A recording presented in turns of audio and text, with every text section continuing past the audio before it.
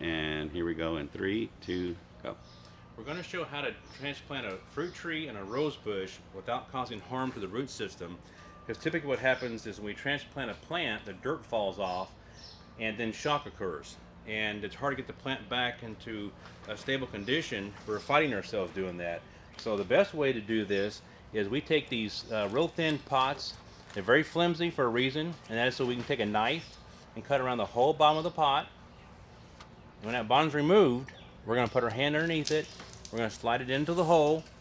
We're going to use the pot, the sides, to stabilize the plant instead of grabbing on the trunk. And then we're going to take one cut only, straight to the bottom. And before we unwrap it, we're going to add soil all around this. And that's so this will stabilize until the dirt won't fall apart. And then we're going to sift the pot right up like this. And it all will be one cohesion plant, and there'll be no transplant, and it doesn't even know it's been moved. All it knows is it's got more room to grow into. In 3, 2, 1. What's the best way to take these out of a pot? Well, the best way to transplant a fruit tree or a rose bush, something that's been newly transplanted into the container, is to take a knife and cut along the bottom of this pot all the way around. And these pots are very flimsy. They're designed to be cut very easily. Like for instance, I can take my little knife right here and just cut these just like this. And what we're going to do is go all the way around the side of the pot here, take that bottom off. We're going to take this and put it into the ground. When we put it in the ground, we're going to take one more cut and we're going to splice this down all the way to the bottom. And then we're going to add some soil around this first before I unpeel this. And the reason why we do that is so that the dirt won't fall apart. And when we undo this one, you won't see this in the ground, but this is what you're trying to save, is all these fine roots. These are the guys that we do not want to cut or damage or tear. This is like your little fingers out there, and if somebody were to break your little fingers, you can't eat very well. And these guys, if they're broken, then the food chain stops, the water doesn't come into the plant. This plant is designed to work like a hydraulic system. And so if the hydraulics quit working, the leaves will wither and fall because there's no moisture coming in. So we have to save the root system. Okay. 2, go. All right, now we're going to transplant a rose bush, and we're going to do the same method. Same flimsy pot. We're going to take the same kind of knife. We're going to cut around the whole bottom like this, all around to the bottom. We're going to take that bottom off, slide them into the hole, make one cut straight down the side, add dirt around the pot first, and then we're going to just sift this pot right on out. Nothing falls apart, nothing gets moved. It transplants very safely. Go. Now, when we transplant a plant, it needs nutrients and it needs root starters. There's several products on the market. We like this one from Happy Frog. This one has a bunch of organic fertilizers. The numbers are typically going to be low, like a 343. And what you're going to find on the back of the bag is a huge spectrum of mycorrhizal fungi and bacteria. And these are going to be there to help the root system not go into shock and promote growth. Just like you would a digestive system in your stomach, you need microbes in for the plant. They do the same thing. We make that ground nice and healthy. The food uptake is greatly increased. 2. We're going to use this fertilizer because it doesn't have any salts. There's no chemicals in there to burn the root system. This is going to be made through things like earthworm castings and fish meal and bone meal. And then you're going to be buying a bunch of mycorrhizal fungi and probiotics and bacteria. And these are designed to make the root system enhance itself and make the ground take in fertilizer at a much better rate. It works much like a digestive system in your stomach would, like if you took yogurt. 2. All right, we like using organic fertilizers over chemicals, typically because the numbers are going to be low, like a 343. This is the non-burning set of numbers. It's also made Hang a on. lot. 2.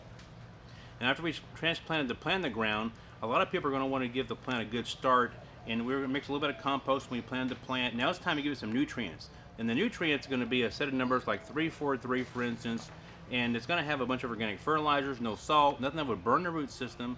It's going to have a lot of probiotics and bacteria in there, and this is something we incorporate into the plant when we first transplant. So about half a cup of this goes around this plant. Now if you're too late and you forgot to buy this, then you have a backup plan. You can buy it in liquid form, and liquid form would give you a way to drench it in, and at only 2 teaspoons per gallon, this is a very economical way to apply a good composted conditioner with a bunch of bacteria in it. And 3, 2, go. And now that we have the plant transplanted to the ground, we need you to put a fertilizer in there to help the plant grow and establish itself. And this is what we'd like for you to use. All right. I'm rolling. Okay, we're going to transplant. We don't need to talk, I guess. Well, no, but it's good for me to listen to it when I'm editing. We're going to transplant this tree into the yard. And so we would typically dig a hole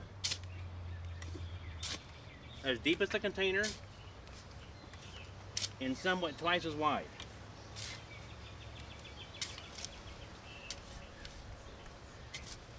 And the hole does not have to be square, but it should be perfectly round either.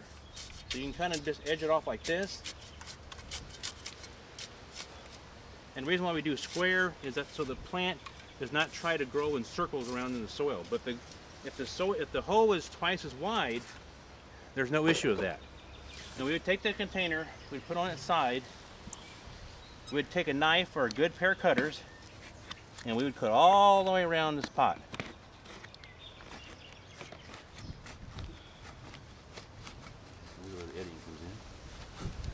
Oh yeah. I'll get you starting it, then I'll get you finishing it, so Okay. don't worry about it. We would hit a hard spot there.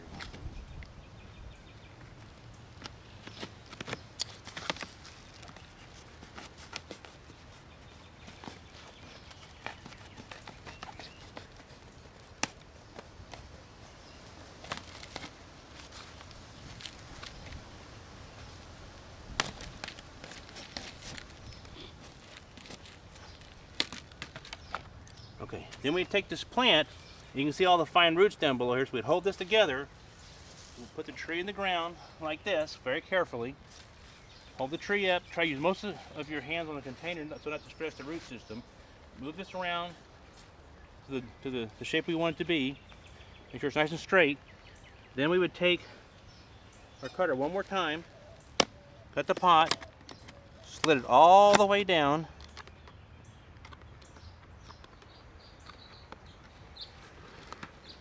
okay, now before we remove this, and the reason why we're going to wait for a second, because we don't want the dirt to fall apart, we're going to hold this together, take our brand new soil, and we're going to apply it around the pot.